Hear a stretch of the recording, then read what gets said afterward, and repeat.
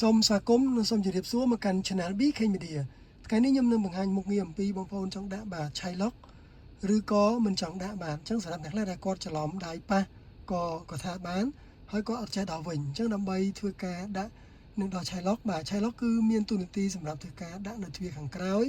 បើសិនជាបងប្អូនបាទមានកូនតូចដែលគាត់រពឹសបាទដោយសារលេងទ្វារនោះឧស្សាហ៍បើកចេញទៅមានបញ្ហាឬក៏បងប្អូនបាទចង់ចាក់ឲ្យមានសុវត្ថិភាពក៏បានបាទដើម្បីកុំឲ្យ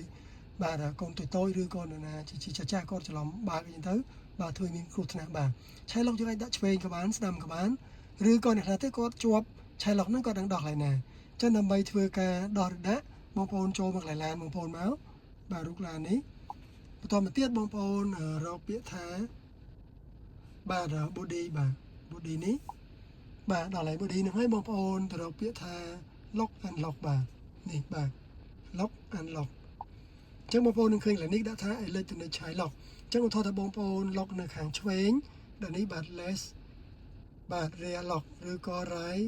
rear lock បាទ right គឺស្ដាំអញ្ចឹងនេះស្ដាំបាទនេះឆ្វេងនិងស្ដាំអញ្ចឹងបើសិនជាបងប្អូនចង់ដាក់បងប្អូនដាក់ខាងឆ្វេងចុចទីមកនេះសំឡេងបាទដាក់មួយទៀតបាទនេះសំឡេងទៀតគឺជាប់ទាំងឆ្វេងទាំងស្ដាំអញ្ចឹងអ្នកខាងក្រៅគាត់អាចបើកទ្វារបាន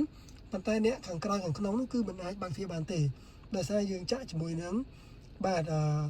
rear lock បាទដែលថា Shylock នោះបាទ Shylock បាទអញ្ចឹងបើសិនជាបងប្អូនចង់ដោះវិញគាត់នឹងចុចនេះមកដោះខាងឆ្វេងឬដោះខាងស្ដាំដូចគ្នាបើសិនជាបងប្អូនគិតថាកូនបងប្អូនលពឹសនៅខាងឆ្វេងអញ្ចឹងបងប្អូនបិទមកកុំឲ្យបើកទ្វារលេងបាទអញ្ចឹងបើកពីខាងក្នុងទៅបើកចេញទេទោះទៅបើកពីក្រៅអញ្ចឹងបើយើងជិះធម្មតាយើងចង់ដោះវិញយើងក៏ដោះចេញមកគឺបាទហើយបាទនេះគឺជាវិធី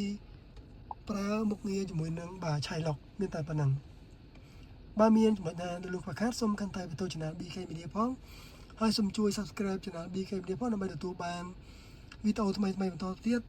សម្រាប់បងប្អូនណាដែលមិនទាន់បានជួយ Subscribe នោះបាទសូមជួយ Share វីដេអូនេះបន្តផងដើម្បីចែកចាយចំណេះដឹងអំពីវិធីធ្វើការប្រើបាទ Shylock នៅរថយន្តប្រភេទពួរ Deepal S5 ឲ្យគាត់ចេះទាំងអស់គ្នាផងជាចុងក្រោយសូមជម្រាបលាបងប្អូន